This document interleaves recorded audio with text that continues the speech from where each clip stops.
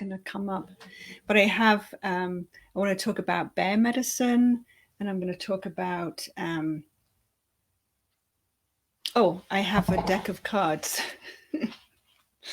Okay, I'm live on my business page, so you can come over and meet me there. But I have cards from the Nature Speak Oracle deck. And I'm going to pull some of those.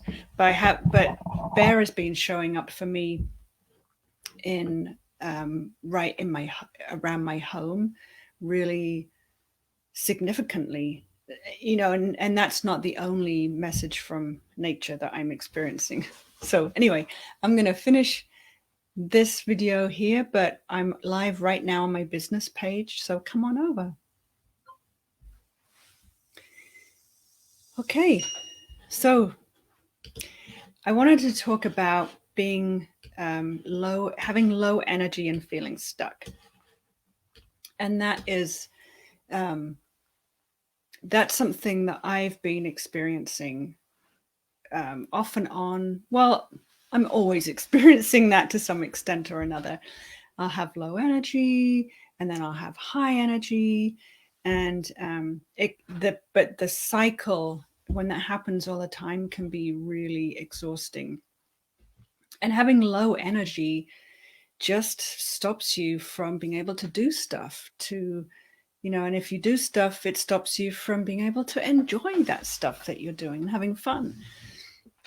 And if you have really low energy, you might spend a ton of time just taking care of yourself, like perpetual self-care.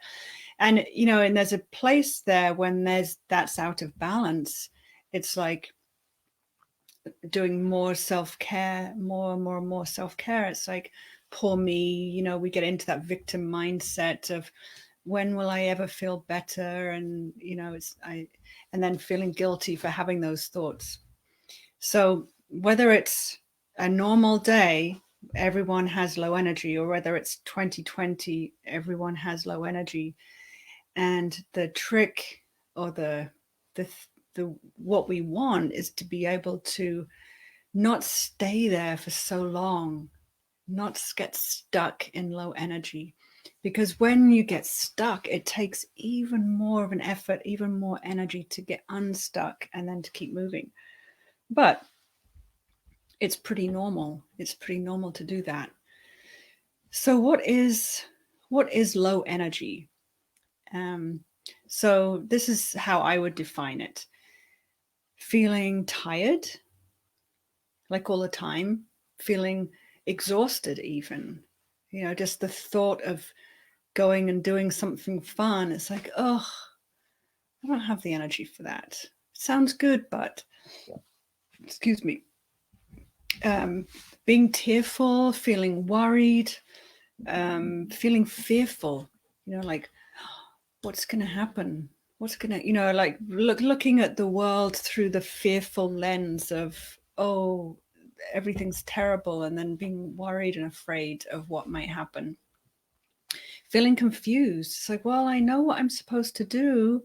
I just don't feel like doing it, but what's the first thing I can do? So having that kind of confusion mindset. And having that sense of powerlessness. It's like, I know all these things I could do. I know what would be good, but I just don't think I can. I don't feel like I can. I'm not good enough, or I don't feel strong enough, or I don't feel mentally or physically strong, and just feeling powerless in the face of that low energy. And just feeling really weighted down by all of the feelings, all of the thoughts. And maybe, wanting to either go back to bed and close out the world, or maybe you do that, so it's kind of this, it's a place that you might find yourself in. And so what's the opposite of that? What's the opposite of low energy? It would be feeling vibrant, of having high energy, of feeling positive. Like your mind is like not stuck on the problem, but it's looking for the solution. Feeling hopeful, like seeing all of the places that are shitty but knowing, I feel hopeful. I trust that there's a way out. I trust that I can change my energy, feeling excited, feeling courageous, like doing something, having the courage to do something different, having a plan. When you have high energy, when you have vibrancy, you might have a plan that you will execute. And you're feeling enthusiastic, you have creativity, you have ideas. When you do something, you have tasks to do or a project to do, it's completed pretty quickly. You're able to stick to your commitments, you can follow through, and you keep up a level of physical activity that kind of feeds your entire energy field. And this happens to me all the time, but what used to happen was that I'd have low energy, and it would take a long time to get to the high energy. And so there was probably about 10 years ago when I was so low energy that it moved to depression. And I was really stuck. And it took an inordinate amount of effort to get out of that.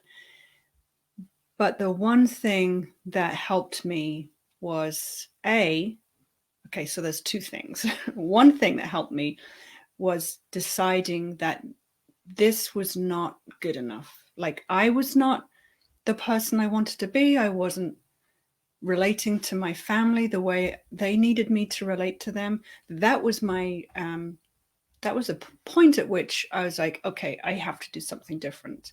And then B, I did something different. I looked outside myself. I found a new naturopath. I had testing. For brain chemistry, I went on a course of a treatment with a naturopath, and it began to turn it around. Now, I'm not talking about clinical depression here when I'm talking about low energy and high energy or vibrancy. But what I am saying is that if you don't address your mindset, your energy, your physical, emotional, and mental health, you can slide down into a place where it's really hard to get out of. And especially, in this year that we're living in, it's like crazy. What the hell is going on? One thing after another thing after another thing. And energetically speaking, when we are faced with so many outrageous things, it tends to break the protective shell. Maybe you could call it a protective shell, like an eggshell, the protective shell that of our reality that keeps us in like, oh, everything's fine. But when we're faced with all of this crazy stuff, that protective shell is broken. And so what we used to perceive the world as, this is the way the world is, it's up and down, people struggle, people suffer. But when we're faced with a big reality check, it changes us, and it's supposed to change us. We're supposed to let go of what used to keep us mentally and emotionally safe and in a box, because our boxes are too small. We have to open up our boxes, and when we open up our boxes of reality, we start questioning all of our thoughts, our beliefs, how we run our lives, how we run our businesses. And so to be proactive for our own health, we need to take care of that low energy place where we might feel like, oh, I can't do it anymore. I have to, give up, stop interacting with the outside world, stop consuming information, and just take care of myself. So yes, there's part of it, but don't get stuck there. So between low energy and high energy, that's the place where you can do the best healing that you can do. Like if you have stories that you've told yourself that have been true but are no longer true, start there and do some work around that. See a therapist, see a counselor, but do whatever you need to do to be able to manage the emotions that are coming up, rather than, letting them break you completely, or deflecting them so that you don't have to feel them. Because this is the year where we're feeling it all. The emotions are very intense, and they're calling us to greater connection with ourselves, our own inner wisdom, and greater connection with the source energy, the divine. And that's when you bring yourself within to your inner wisdom, to connection with source, that's when you can get some answers that are true for you. Not what you're reading, not what people are telling you, but to kind of feel like, okay, am I crazy? Like, what's going on here? So really going within and changing how you relate to yourself, how you relate to the world. So if you know me at all, you know that I'm a big proponent of meditation.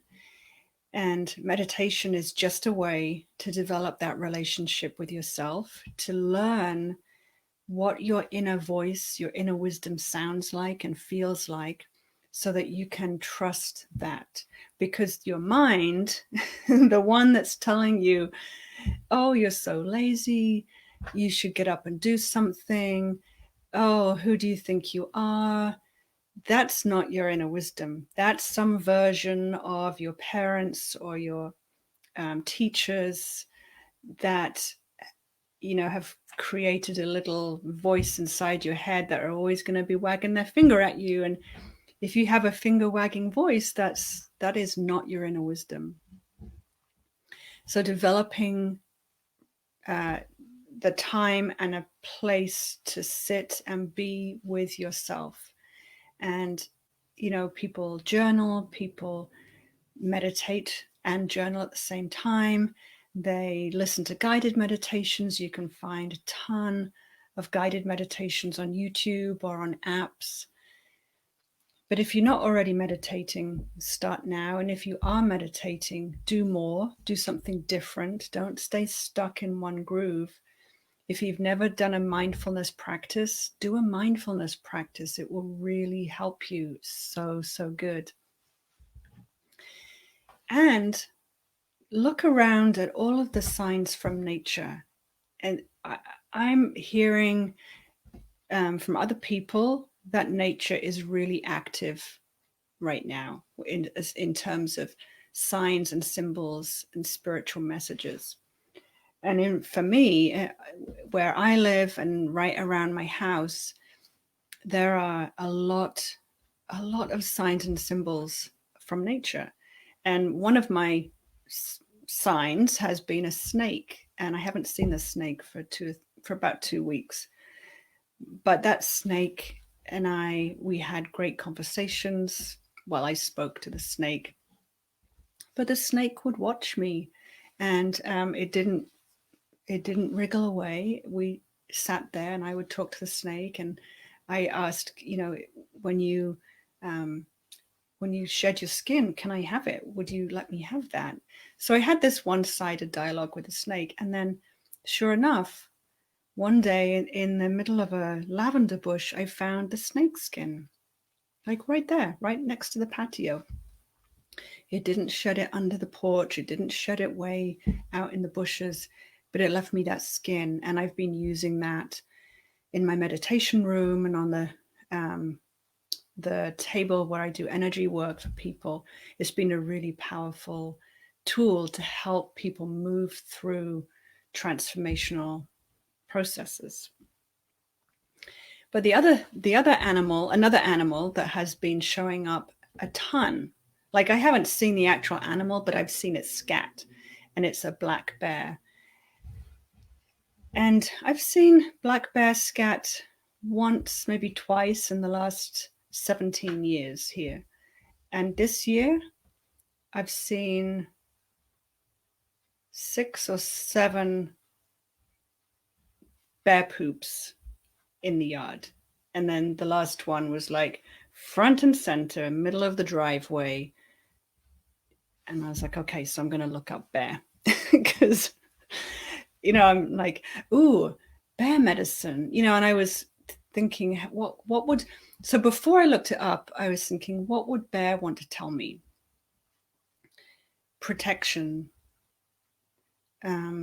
solitude, relying on myself. So I would consider bears to be, top of the food chain. So they would be a protection, and solitude in that they don't hang out in groups. They take care of themselves. They're self-sufficient. They give birth during the winter. And I think of Mother Bear who protects her young and will, at all cost protect her young against any prey, human or otherwise. And I could feel like that was true for me, as I felt as my kids have left home. It's like, oh, yeah, I no longer have the capacity in the space. We're not sharing the same space. I no longer have the capacity to rise up and protect my kids from the bad stuff. But the wisdom and the energy of Mother Bear definitely goes with them. And so I did look up bear, and I wanted to read you a little bit about what bear medicine is, and because this is something that could be useful for you too. And this is from Ted Andrews' book. Bear means awakening the power of the unconscious. And there is even a constellation named after the bear, Ursus Major, the Great Bear. And those 7 stars of the constellation form the Big Dipper, and they have links to the 7 great rays of light of the divine. The bear has lunar symbology as well, giving it ties to the subconscious and even unconscious mind. So, when I was talking about low energy and having those feelings and thoughts, that's your unconscious, subconscious mind kind of beginning to stir some of the mud that's there so that you can see it and feel it. Bear was associated with the goddess Diana, a goddess of the moon. It is also a symbol for alchemy. So when I use the word alchemy, I take that to mean transformation, going from one way to another way, from being one thing to another. So, in the Middle Ages, the alchemists wanted to make gold out of base metal. And bear relates to all initial stages and primal instincts. Bear will eat almost anything. It's omnivorous, so it doesn't, it's not picky. And they sleep a lot in their hibernation, and the depth of sleep depends greatly on the amount of fat that's stored. And this reflects the bear's ability to teach those of us with a bear totem how to go within to find the resources necessary for survival. So think about this time, 2020. So many people are in survival mode. The rug has been taken out from under us. I don't know if I even have to explain. No jobs, no money, not for everyone, but ill health, friends and family being sick. Some have died, and the way we have become awakened to the depth of racism in this country and in the world has opened up so much awareness for people that we're kind of going within and looking What does that say about me? How am I relating to this? What's true for me? Am I seeing these things differently? How am I changed? So we're being called to go within. The bear can teach you to draw upon all of your inner stores of energy and essence, even those which have never been tapped or accessed. Meditating and working with bear will help you go within your soul's den, your inner sanctum, to find your answers. So that's what I was talking about with meditation. Creating a habit every day to go within. And if bear is calling to you, imagining that you're going into your own bear's den, that inner sanctum, and just maybe sit with bear. Sit with the essence and the energy of bear and find out what wisdom is there for you. And if bear has shown up in your life, ask yourself some important questions. Is your judgment off? How about those around you? Are you not recognizing what is beneficial in your life? Are you not seeing the core of good deep within all situations? Are you being too critical of yourself or others? Are you wearing rose-colored glasses? Bear medicine can teach you to go deep within so that you can make your choices and decisions from a position of power. So those are some good questions to ask, rather than when we're in that low energy place, and you just might find your mind is asking you bad questions like, why do I always do this? What's wrong with me? Those are not good questions, but asking better questions. What am I not seeing? What is true for me? Right? And for those with a bear as a totem, it's important not to hide away and try to hibernate all year round. You must come out of the den. So don't stay in low energy for too long. Female bears give birth during their heavy sleep stages, and usually 2 cubs are born. And as spring approaches, the mother and her cubs will emerge. And this is tremendously significant for those working with a bear totem. It often reflects a need to go deep within yourself, to have periods in your life when you can be more reclusive. So what that means is building into your life periods of time where you can go deep within and be reclusive, so that you can give birth to new ideas, new awarenesses, new ways of seeing the world, new ways of relating to yourself. So I'm going to plug meditation again. Definitely create that space. And so I would challenge you, if you're not already meditating, to go, like right now, pick up your phone or pick up your computer and download a free app to do with meditation, or go onto YouTube and do a search for guided meditation, and then save it to your watch later list. And then pick a time during the day where you will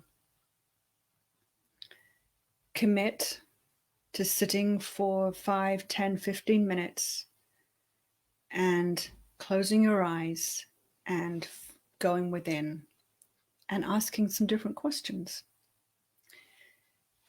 And in so doing, seeing if you can take a different action to move from low energy to higher energy to more vibrancy. Okay.